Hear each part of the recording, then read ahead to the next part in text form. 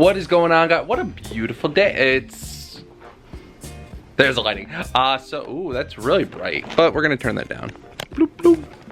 What's going on, guys? So I just completed installing the Corvo seats, and I got a little bit more time before I have to head home and take care of Mickey Peekies. So what are we gonna do?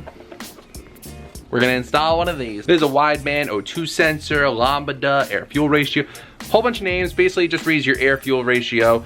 This has a little number display that reads out your ratio, like 14.7, 13, blah, blah, blah, blah. So when you get your car like finally tuned and dialed in, you ask your tuner, hey, what should my lambda? Or you can just be normal and say, hey, what's my air fuel ratio? What should it be at? He'll be like, oh, it should be in this ballpark. And then you kind of keep an eye on it. That way, if you see it going too lean or too rich, you know you got an issue. Now, if you're running too rich, you'll have a lot of black smoke coming out. That's unburnt fuel. That's kind of on the conservative side, that they overfuel or more fuel versus lean. You make a lot more power when you start to lean out the car, but you're in danger to the manifold. So we're not gonna lean out the car today, but we are going to install something that we can monitor it as well. It should be one of those first things that you install along with an oil pressure gauge. However, kind of late to the party, and knock on wood, Ryan's tune has been pretty dang phenomenal, so I haven't really worried. But we are also going to be installing this little display. Dude named Mike Callaway made these things. I don't think he's making them anymore. It was a limited run. But funny fact, this was a mod that I saw way back on Nasiak that I fell in love with because it goes in the clock. And I don't really use my clock because I have the Apple radio, so I kind of don't need extra time. There we go. Looked like I needed some sleep, but back to them eyes. They're designer. So when I saw my buddy John tag me in a post that he was making these again, I jumped on it. It took a minute to get, but it's all good because I have it now and it's sat for 6 months. So that's basically how most car people go. I need it. I'll let it sit for a bit. So anyway, we're going to go ahead and start installing this. Now, quick disclaimer, you are either going to need a bung on your downpipe or you're going to need to add a bung. So if you don't have a bung or if you don't have an aftermarket downpipe, you need a bung installed. They actually include a weld-on bung, so if you either have a welder or have a friend that can weld, bring your downpipe. You need to install it right behind the turbo. You can't install on an up pipe because that is not your final fuel mixture. After the turbo is where you want it. You want it kind of within a close range to the turbo. I think it's 6-7 inches back, which mine is. I installed a O2 sensor bung on my downpipe before I installed it. I have an NVIDIA bell mouth downpipe. So without further ado, let's install it. Again, this video is not sponsored. AEM, if you want to sponsor me, that'd be greatly appreciated. You make cool stuff and I appreciate that. So anyway, to install a AEM wideband, you need a AEM wideband. There's a couple different kits. There's a kit I went with, most popular, most common one. So here we have our gauge, which unfortunately we're going to be taking apart. So this is probably why AEM won't sponsor me, but that's okay. Moving on, open your little flap, great pack. Whoa. Got a couple harnesses we'll talk about. Now, we got one of these bad boys as well. We're gonna talk about that. We're gonna talk about a lot of things today, okay? Today's a day about talking. In here is the weld-on bung, which, you know, keep this, throw it to the side, throw it in your toolbox, hold on to it. You never know when your friend's gonna hit you up at 1 o'clock in the morning before a dyno day. I need a weld-on bung. Gotcha, fam. And a little crimp connectors. Got this little bar if you're gonna install the gauge into a pod, which we're not gonna be doing. Some instructions, which we'll actually read those. A rubber band. Nope. This is actually what makes everything work, is the sticker. Some literature and some little brass screws. So we don't need that, we don't need this. Ooh, very interesting. Anyway, we don't need that, we don't need that. We definitely don't need that. They also include a different display if you're going for like a white theme versus a black theme. Has the white display, which is kind of cool. Put that in there, put that in there, move that to the side.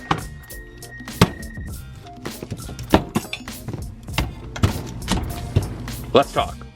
So this is the display itself. I'm gonna leave everything hooked up for now, just so you guys can see it, what I'm talking about with the display.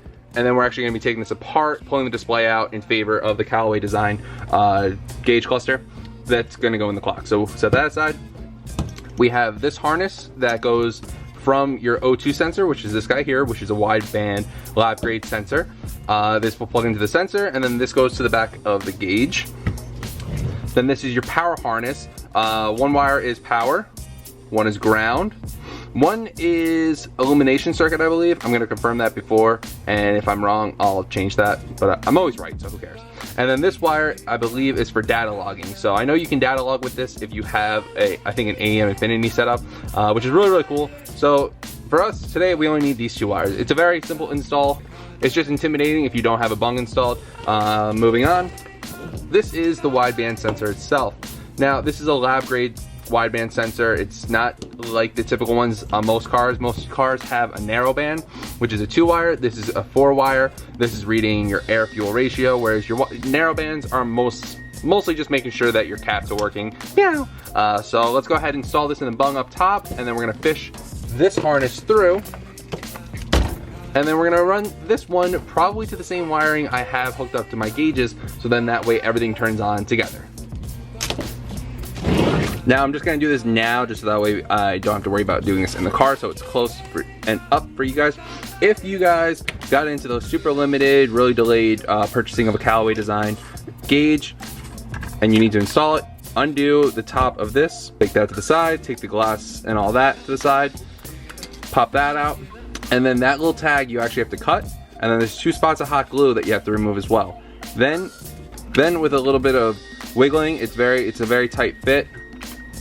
You remove the display. Now you're left with this view here. Now if you want, you can take the control board out. I'm just gonna leave it in just for the compactness of it, and I don't want anything to touch the back and short out. And then you're gonna take your display connector and your gauge itself. Now with a single pin all the way to the left sticking out, you line that up with the side, and that's how you install it. Way down here on the back of my downpipe, I have my wideband bung that I installed prior to installing the downpipe. I just gotta crack the cap off. Now, if you guys are going to be installing a bung and a cap, make sure you put anti-seize on the threads. You wanna use the copper anti-seize, it's high temp, and it'll come out like that. Whoop. To install the sensor, we're gonna be using an O2 sensor socket. It's not a bad idea to get a full kit of these with this style, and then the side piece one. Always make sure your side piece and your main piece don't meet though.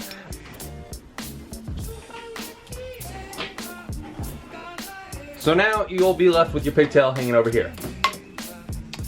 Now go ahead, take the sensor harness, and we're gonna be running this all the way into the car. So, this is a really nice harness. Go ahead, plug this on in. It's just gonna make routing it a lot easier when you have everything together versus trying to, oh god, I didn't make it long enough. And now the fun part. We're actually gonna be pulling the top mount just to get better access. So go ahead, pull this, very easy.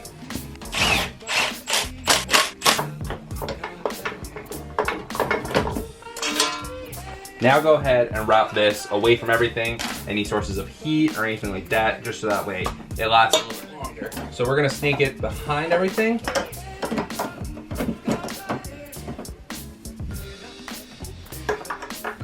Down. And now we're gonna start sending this into the cabin of the vehicle, and I'm gonna tie up all the excess inside the car just so that way there's no excess hanging out in the engine bay. Now, let's leave some slack so that way if we need to remove the downpipe, it's a lot easier to fish this out. So I'm gonna go ahead and put this right under the pitch stop. I'm gonna zip tie it away so it's away from every heat source and everything like that. It's not gonna cause any vibrations or anything like that. And it's still easy to get to in case we need to remove it. Now you can take your grommet and stick it back. This is all the wiring I used for my gauges and stuff like that. So I already had this grommet open, so it made my life super easy. Now go ahead and put your top mount back in. Now go ahead, clean up your engine bay, grab some old zip ties, throw these in the glove box so you always have them. And we can move to the inside of the car now. I'm actually gonna start with removing this gauge cluster. This is a BNA gauge cluster. I get a lot of people that ask me who made it and all that.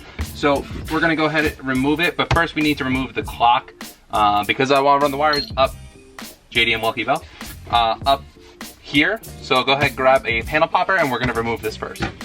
So a single connector on the bottom, and you can fish out the entire pod.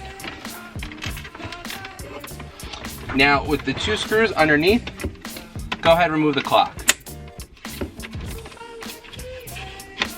And we're gonna take this to the bench to work on it.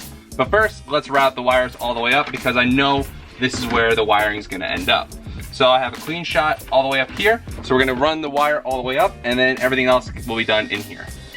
So after you have it wired up to your taste, and I say wired up to your taste because I have different junction boxes in this car just because running wires a lot easier. So I'm gonna show you what it looks like on the gauge first before I mutilate it. So key on, see it comes on now. We're gonna zoom on it. And the refresh rate, it's gonna be kind of like wonky, but it doesn't actually pulse like that. So we're getting a reading right now because I already had the car running for a bit. So it's reading the fuel that was in that air. So when you go ahead and start it,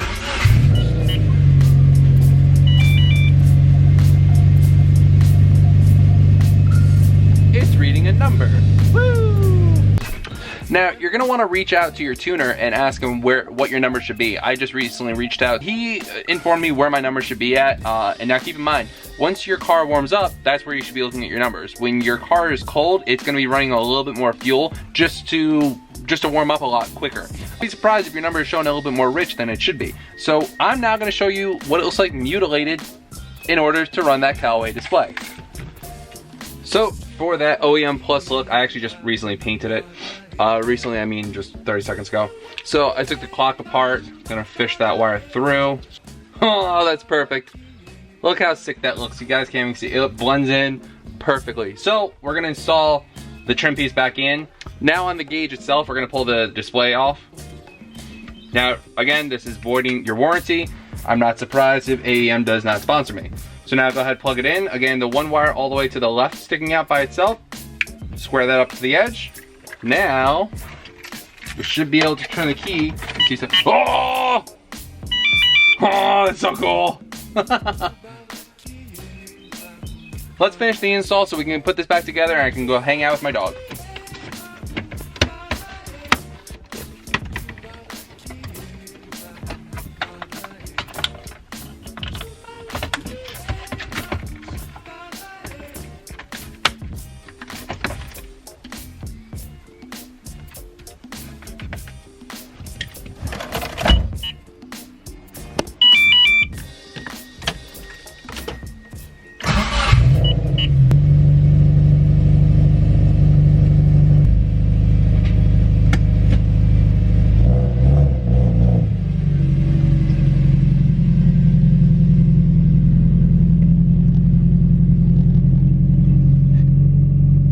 Next, you want to take your avocado and just slice it up. So now that you got your avocado down, go ahead and put your chicken salad that your mom made and left for you. Thanks, Mom. Then once you have your chicken salad and your avocado spread out, go ahead, roll that up like a little burrito. Turn that over to hold its position. Now, get a pickle. Now, once you do, but we're gonna play it safe and do 2 pickles. So with that being said, let's get back to the install. So thank you guys so much for watching. That's how you install a AEM wideband into your turbo car, as well as how to install a Callaway display, as well as how to make a chicken salad wrap with avocado and salt and pepper. So thank you guys so much for watching. Make sure you guys subscribe, especially if you want to see more food. Let me know if you guys want to see some recipes. This is pretty like at the height of my skill level as far as food goes, but together we can keep learning. So thank you guys so much for watching. See you in the next one.